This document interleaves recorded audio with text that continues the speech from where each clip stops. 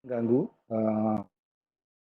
Kita mulai dari saya punya gambar ini, gambar apa mungkin rekan-rekan melihatnya. Ini film yang London. Nah, ini adalah situasi chaos di mana menghadapi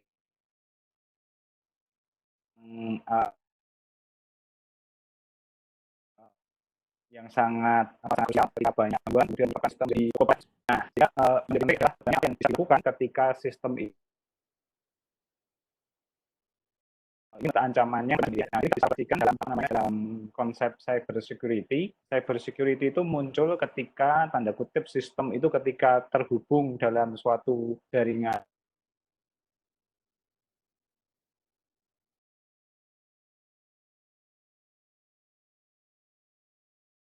Sebenarnya sistem itu pada posisi tandam. Pada ini ada posisi terhubung ke internet itu. Jadi ini yang menjadi penting untuk dipahami. Memperlakukan resource atau segala sesuatu yang kita punya di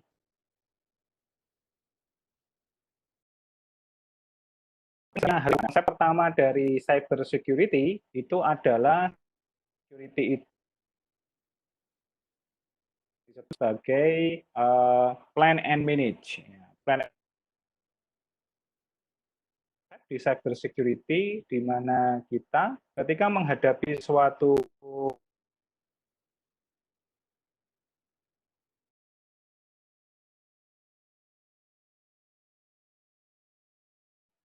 seorang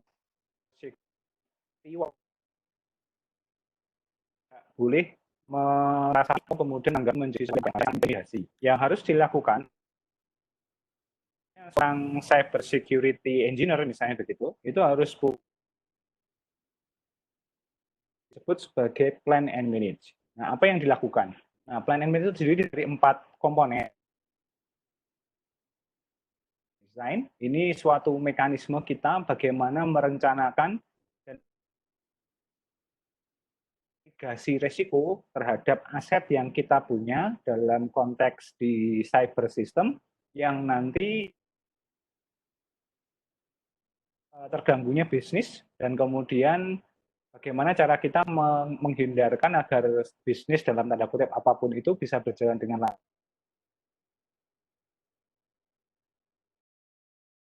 Cukup ada. Desain ini terdiri dari beberapa konsep aset manajemen. Jadi kalau dibayangkan di cyber security itu aset resource itu dikelola, dianggap sebagai suatu posisi server, dukungan listrik, dukungan power, segala macam itu menjadi satu kesatuan yang harus dipikirkan dalam konsep aset manajemen. Kita bicara cyber security itu bukan hanya masalah bagaimana kita mengamankan aset digital, jadi penting. Kemudian yang kedua, business environment. Nah, business environment ini konteksnya lingkungan dari gangguan-gangguan yang sifatnya nanti mengganggu bisnis suatu. Nah, kemudian muncul juga konsep governance. Nah, ternyata cyber security itu ada tata kelolanya, ada pola atau pengelolaan yang di. Kemudian ada juga model assessment resiko, resiko-resiko apa yang muncul ketika kita melakukan A, cyber security, kita pakai password seperti apa, kita pakai access point seperti apa, itu nanti ada resikonya. Kita coba mainkan strateginya. Kadang itu sifatnya melekat, jadi nggak bisa dianalisis. Nah, konteks pengelolaannya maka disebut sebagai risk management strategy. Nah, nanti bertautan sama lain, satu sama lain, hingga dia seperti membuat chain. Risiko yang tidak tangani akan menyebabkan risiko yang lain muncul dan untuk solve dalam risk. Sehingga kadang kalau kita sebagai seorang cyber security engineer itu yang muncul, tapi bisa jadi kita assess dulu sebenarnya ini asal muasalnya dari mana, dan mitigasi risiko. Nah, pada titik tertentu, kemudian setelah kita melakukan plan and isolate and replicate. Nah, maksudnya adalah ketika terjadi suatu risiko muncul, kejadian seperti gambar tadi,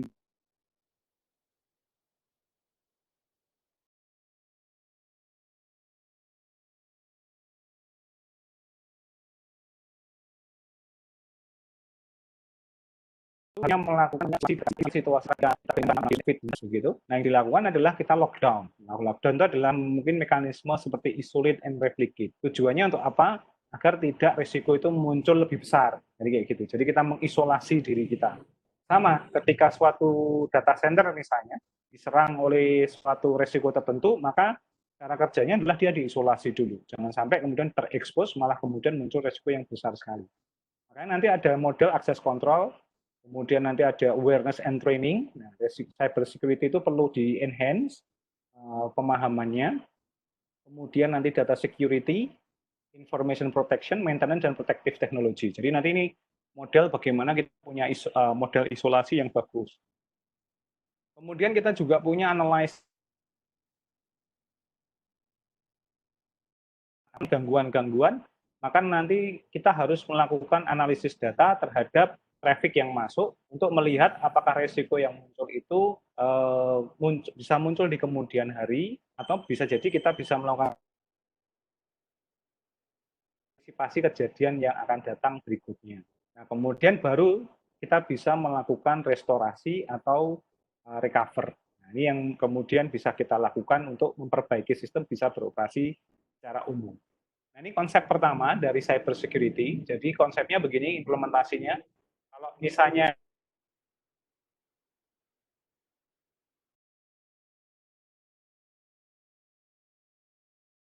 tetap kamu tidak boleh rusak-rusuh,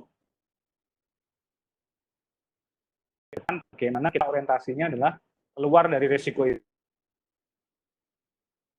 Yang namanya penting ya, pertama konsep ini.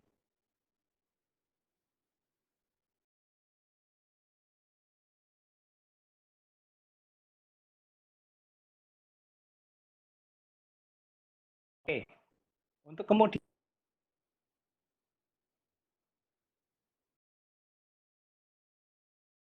toolsnya sebenarnya kita perlu melakukan ini. Nah, dari kalau kita harus step kedua yaitu get prepare. Nah, get proses atau langkah di mana kita mempersiapkan diri untuk bisa ada dua, mengidentifikasi serangan, identifikasi termasuk nanti proyeksi kemunculan berikutnya. Nah, contohnya yang di tabel yang di kanan kita di layar, itu kita nanti punya jenis attack gitu ya, serangan. Kemudian kita membuat probability kemunculan serangan itu tinggi apa tidak. Nah, seorang cyber security engineer, maka dia harus sudah punya pegangan ini. Sebuah serangan. Nah, ini untuk membuat dia menjadi lebih prepare, lebih siap, tahu ini klasifikasinya apa, sehingga kemudian dia bisa mengantisipasi dengan baik. Nah, ini ada beberapa di serangan itu, di cyber security yang sering muncul, misalnya persistent.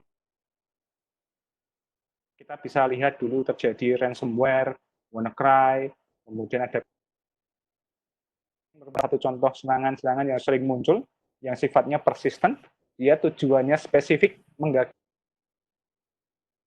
Kemudian ada data wiping atau data destruction. Ini ada worm, namanya Shaman worm varian, high signal tinggi. Kemudian ada data locking, yang dilakukan oleh ransomware dan WannaCry. Kemudian nanti juga ada insider attack ya. Ini ada macam-macam, data expose, pencurian data segala macam. Biasanya kayak ransomware gitu juga. Kemudian yang legendaris air gap bypass ya, dan kemudian pencurian data ya, atau data thief ya, credit card skimmer, identitas dan seterusnya. Nah, kita harus punya klasifikasi ini problem yang muncul. Nah, ini yang menjadi menarik ya. Nah, kemudian yang ketiga, kita perlu melakukan ada beberapa cara bagaimana kemudian kita mengatasi problem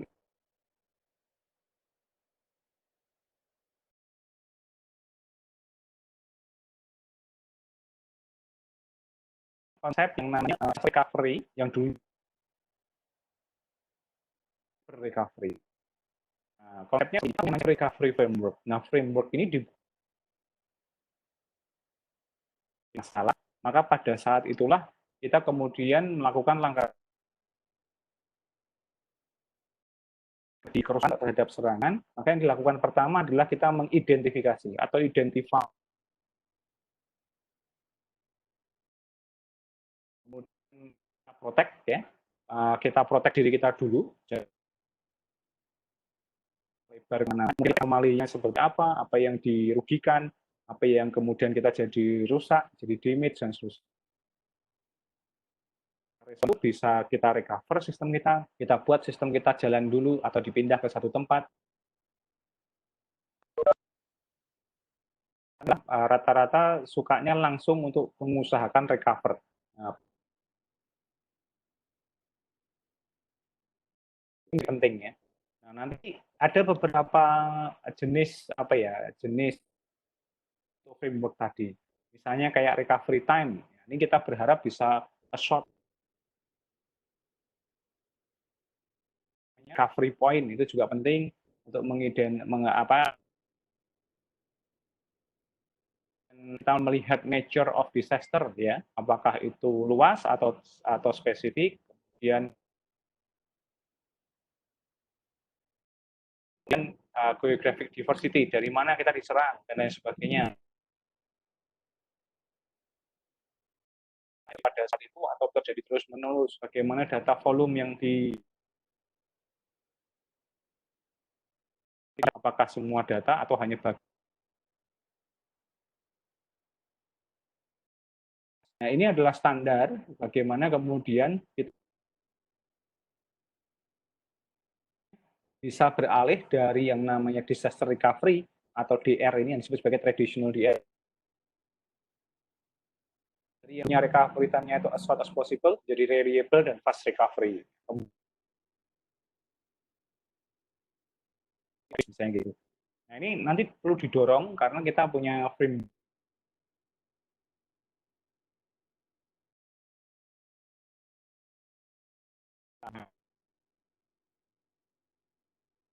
dan memperkuat agar berhasil dengan baik. Nah, contoh dalam ini tidak mudah gitu ya, dan tidak mudah, membutuhkan waktu yang incremental panjang, one by one, tidak bisa dipaksakan. Dan kita perlu melihat apa yang terjadi di lapangan ya, sehingga kita harus aktif ya, melihat apa yang terjadi dan kemudian kita memperkuat proses metode yang dipakai dalam penanganan cyber security. Ini adalah metode-metode yang sudah lama eksis ya. Jadi yang buat security policy, kemudian ada yang cryptography, firewall, IDS, backup, audit, sistem digital forensik dalam metode yang disebut sebagai hardening system. Jadi keamanan yang memang dibangun secara. Terus kemudian ada juga yang sifatnya itu menggunakan agak aktif ya. Ada yang mungkin pernah dengar ada hasil passive research, open source monitoring, network mapping, scenario analysis. Ada juga nanti vulnerability attack ya. Kita menggunakan network phishing assessment, wireless assessment, sampai penetration testing. Nah, ini yang menjadi menarik. Ini tools combine sedemikian rupa. Dan ini kemampuan yang sangat bagus untuk kemudian menangkal serangan.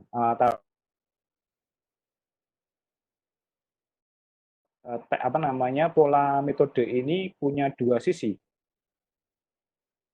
mengamankan sistem, tapi sisi keduanya adalah dia bisa menghancurkan sistem. Kalau di tangan yang tepat, mungkin ini bisa mengamankan sistem kita, tapi kalau di tangan yang tidak tepat, contohnya penetration, kita bisa gunakan misalnya di kampus gitu, kita pasti akan dianggap mengganggu network yang ada. Nah, ini satu.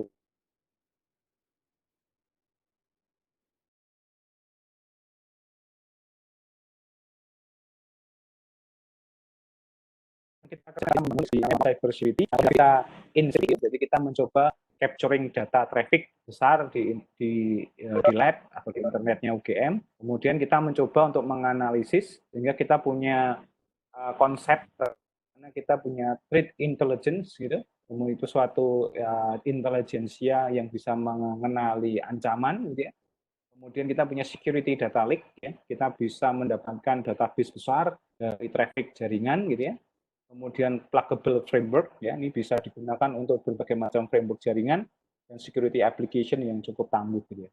Nah, salah satu tool paling yang sedang kita riset adalah menggunakan Apache Metron. Ini adalah salah satu big data security tools yang menggunakan konsep big data untuk keperluan membangun uh, data security atau cyber security. Konsepnya mirip seperti big data, dia capturing data dari host log dan firewall, email, spider, kemudian netflow dan lain sebagainya.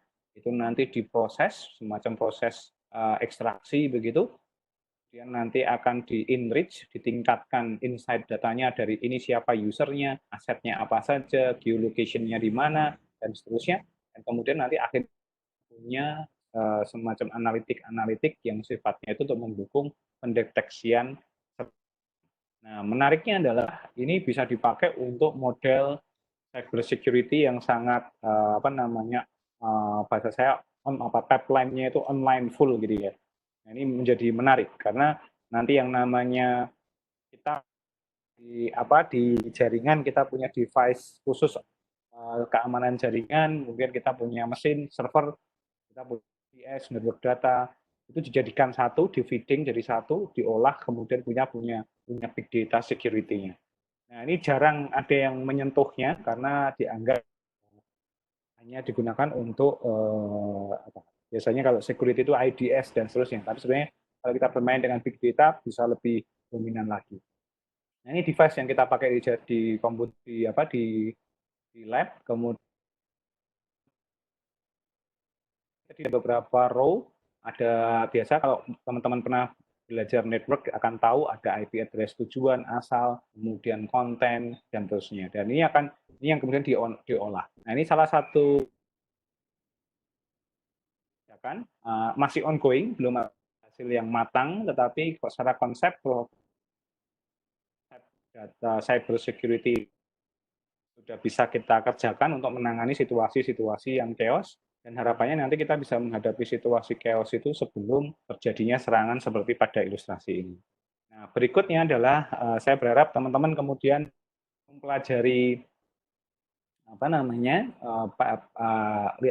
ini presentasi ini tadi, kemudian silahkan cari referensi yang lain, dan kemudian nanti teman-teman akan punya tanda kutip akan lihat materi nomor 7, jadi untuk ini sebagai warming up untuk UTS, jadi teman-teman nanti diminta untuk membuat ringkasan ya, masing-masing materi yang ada dalam lab SKJ ini 1-6 mestinya ya.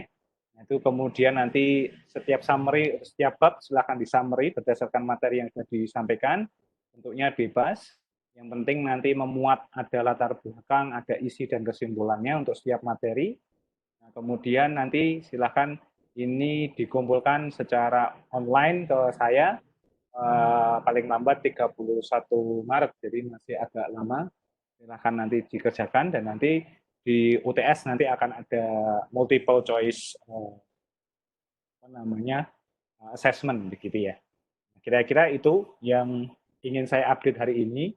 Mungkin saya tidak bisa sama, tetapi minimal kita bisa engage di situasi yang saat ini Semoga nanti dengan ini lebih lebih baik dan bisa bisa belajar lebih baik juga.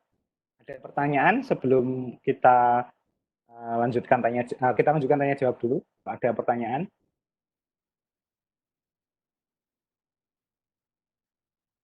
Boleh lewat lewat chat atau tidak? Atau langsung boleh?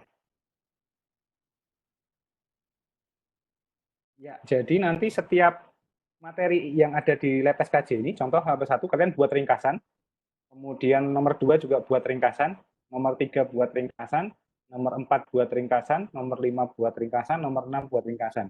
Jadi nanti akan ada 6 ringkasan. Saya tidak memberi batasan mau 1-2 halaman silahkan. Sumber utamanya dari materi yang ada di sini, tapi boleh teman-teman membuat pengayaan dengan mencari sumber yang lain. Tapi please jangan copy paste dari website atau sejenisnya. Usahakan dengan kata-kata sendiri. Bagi yang reguler silahkan menggunakan bahasa Indonesia atau mau pakai bahasa Inggris boleh. Bagi yang IUP silahkan pakai bahasa Inggris gitu ya. Jadi bentuknya MS Doc gitu ya, Microsoft Doc nanti dikirim ke email.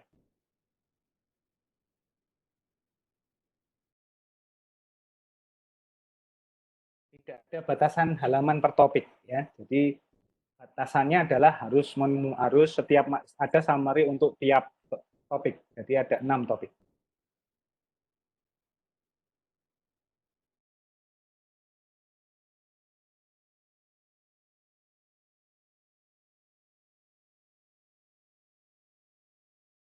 Ada pertanyaan lain?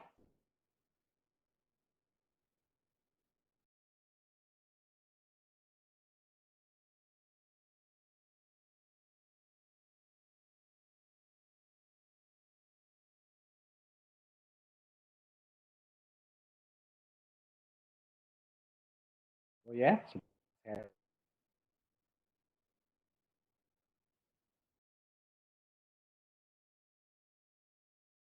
yang cyber physical system ya.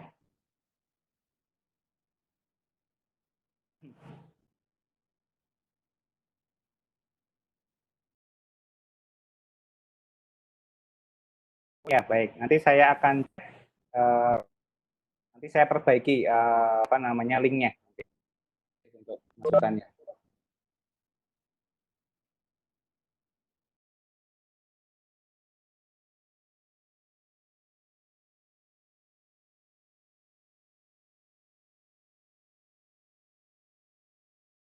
Boleh, boleh silakan. Out of topic boleh.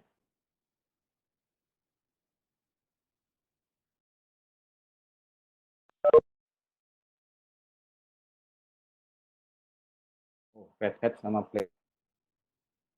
Kalau dalam dunia sistem operasi, Red Hat itu nama sistem operasi. Tapi kalau dalam ada perbedaan. Jadi ada 3 sebenarnya, White Hat, Black Hat, dan Red Hat.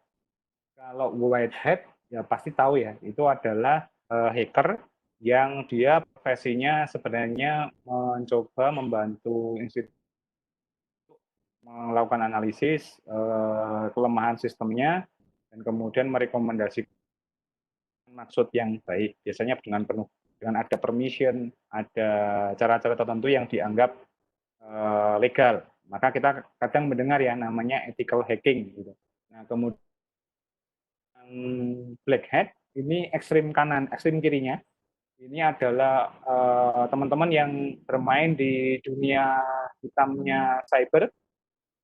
Biasanya ada di deep web begitu. Dia tidak merusak apa ya, memberi fasilitas untuk menyimpan barang-barang yang atau resource-resource di cyber yang tanda kutip itu tidak legal. Jadi dia mau kemudian kalau yang Red Hat, nah ini Red Hat ini dia adalah orang-orang aktif untuk melakukan apa namanya serangan atau melakukan penetration, coba-coba begitu ketika kita rilis web yang baru, kemudian dia akan coba serang dan seterusnya. Nah, biasanya dilakukan oleh Red Hat gitu. Ada yang lain?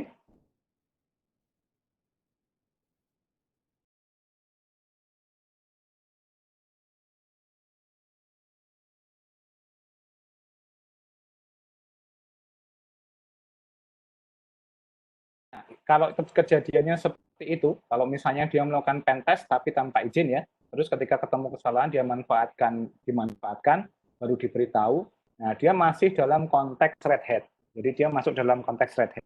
Kenapa? Kalau red hat selalu dimulai dengan izin. Yang membedakan itu sebenarnya itu. Jadi kita punya niat baik, sama-sama punya niat baik. Tapi kalau yang pertama itu dia akan dengan izin, maka dia jadi halal, mudahnya gitu. Tapi kalau dengan tanpa izin, niatnya baik, itu masuk dalam kategori ilegal. Maka dia akan masuk sebagai red hat, gitu ya. Nah, misalnya saya terus pakai disadvantage-nya, dan nemu kumpulan apa, kayak saya pasang misalnya keylogger gitu ya, nemu atau user password sebuah sistem keseluruhan disimpan di deep web, di website tertentu yang agak disembunyikan. Orang yang menyimpan itu disebut sebagai black hat, gitu ya.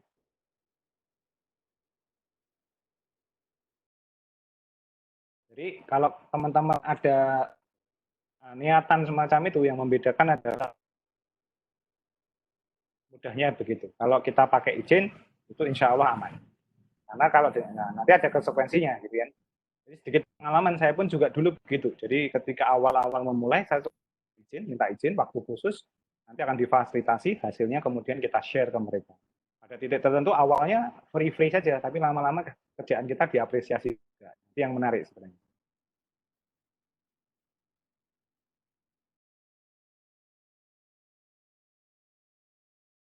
Jadi itu konsepnya ya, untuk mengetahui uh, apa namanya, bagaimana itu terjadi. Oke. Sudah jelas untuk penugasannya?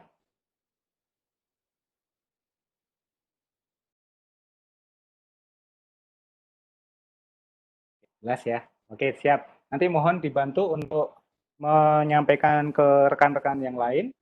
Nah, untuk sementara kita memang sesuai instruksi, aktivitas kita akan penuh dengan online. Kita akan full online untuk kelas ini, baik IUP maupun reguler. Terus nanti ujian UTS juga nanti akan di-provide dengan ujian online ya. Jadi nanti kita akan siapkan, nanti tinggal teman-teman bisa melaksanakannya. Saya kira gitu. Oke ya. Nah, untuk minggu depan kalian akan saya minta belajar mandiri. Jadi tidak ada sesi online seperti ini. Kalian tugasnya minggu depan adalah mengerjakan summary-nya. Kalau misalnya perlu diskusi, nanti saya menyediakan diri via WA, kita bisa diskusi. Misalnya kalian sudah bikin, terus kemudian sebelum disubmit, pengen direview, ada kurangnya apa enggak, silahkan kontak saya via email atau WA, nanti akan saya reply. Dan kemudian kalau nanti diperlukan, saya bisa bikin konsultasi via Webex kalau memang menghendaki ya. Jadi semacam itu, oke? Karena kan kita masih ada satu meeting lagi sebenarnya ya minggu depan, UTS ya. Sorry, ya, UTS ya. Oke, clear?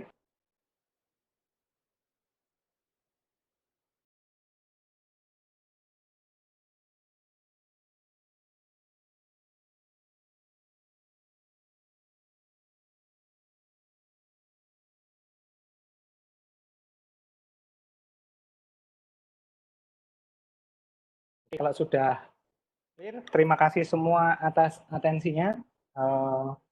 Sampai bertemu lagi di sesi online berikutnya. Selalu update di website dan juga mungkin di Facebook. Kalau misalnya nanti ada pemberitahuan tambahan dan seterusnya. Tapi saya akan coba untuk sampaikan juga melalui personal ya. Salah satu saya kenal mungkin nanti untuk menginformasikan. Terima kasih atas perhatiannya. Sampai ketemu lagi. Dan silahkan kalau mau live, saya akan menunggu sampai kalian live semua sambil saya mengupdate materi yang linknya broken.